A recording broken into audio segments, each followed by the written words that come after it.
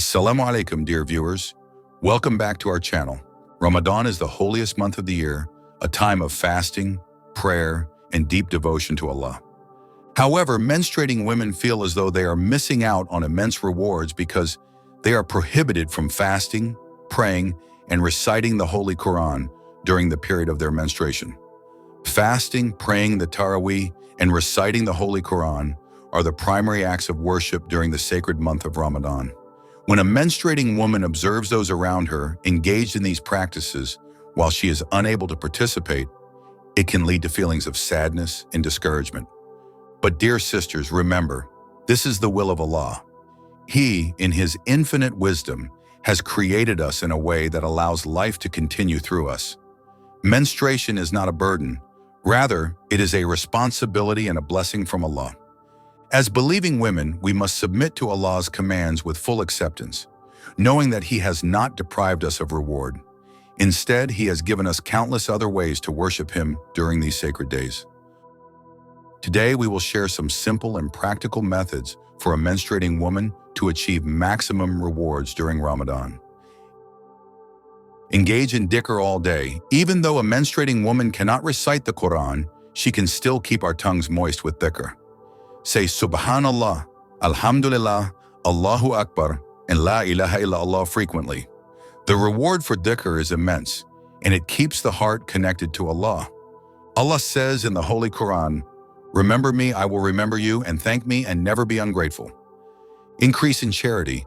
Giving in charity, no matter how small, is one of the best acts of worship. It doesn't matter if you're a housewife with no income. A smile and good behavior toward family members and neighbors count as charity. Such a woman might also provide charity by forgiving all those who have offended her in the past. During the Prophet Muhammad's, peace and blessings be upon him, lifetime, a Sahabi, Ulba ibn Zayd, gave his honor in charity when he had nothing else to offer, and Prophet Muhammad, peace and blessings be upon him, personally informed Ulba, may Allah be pleased with him, that Allah had accepted his charity. Reflect upon your shortcomings and work on self-improvement. Ramadan is a time for purification, and self-reflection is key. We often believe we are perfect, yet the reality is that we all possess flaws. One might consider asking friends and family members to share what they dislike about them, allowing for personal growth and the opportunity to address those qualities during Ramadan. During menstruation, a woman gets some spare time, which she can use to ask and reflect on herself. Ask yourself, what sins am I struggling with? How can I strengthen my character?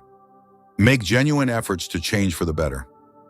Read the Seerah of the Prophet. Peace and blessings be upon him. Since we cannot recite the Quran, we can still gain knowledge by studying the life of our beloved Prophet Muhammad. Peace and blessings be upon him. Learning about his patience, kindness, and struggles will increase our love for him and help us follow his footsteps. Increase Islamic knowledge and teach it to children. Spend time learning about Islam, listen to Islamic lectures, read beneficial books, and most importantly, teach children about their faith. Educating the next generation is one of the best forms of worship. Do not waste this time in endless scrolling through social media feeds and binge watching. Volunteer to take care of children of fasting people. For those who have small children, fasting can be exhausting. Offer to help by babysitting, especially in the last 10 nights when others are seeking Laylatul Qadr in deep prayer. Your kindness will not go unnoticed by Allah, as helping and caring for a fasting person is a righteous deed. Listen to Quran recitations with meaning and deep understanding. While we cannot physically recite the Quran, we can still listen to it and reflect on its meanings. This process allows us to stay connected to the Book of Allah and absorb its wisdom. There are several apps like the Quranly app and many others, through which one can connect with the Holy Quran without physically touching the hard copy of it. Make dua as much as possible, especially at suhoor and iftar time. Dua is the essence of worship, and Allah loves when His servants call upon Him. Use this time to make sincere supplications for yourself, your family, and the entire ummah.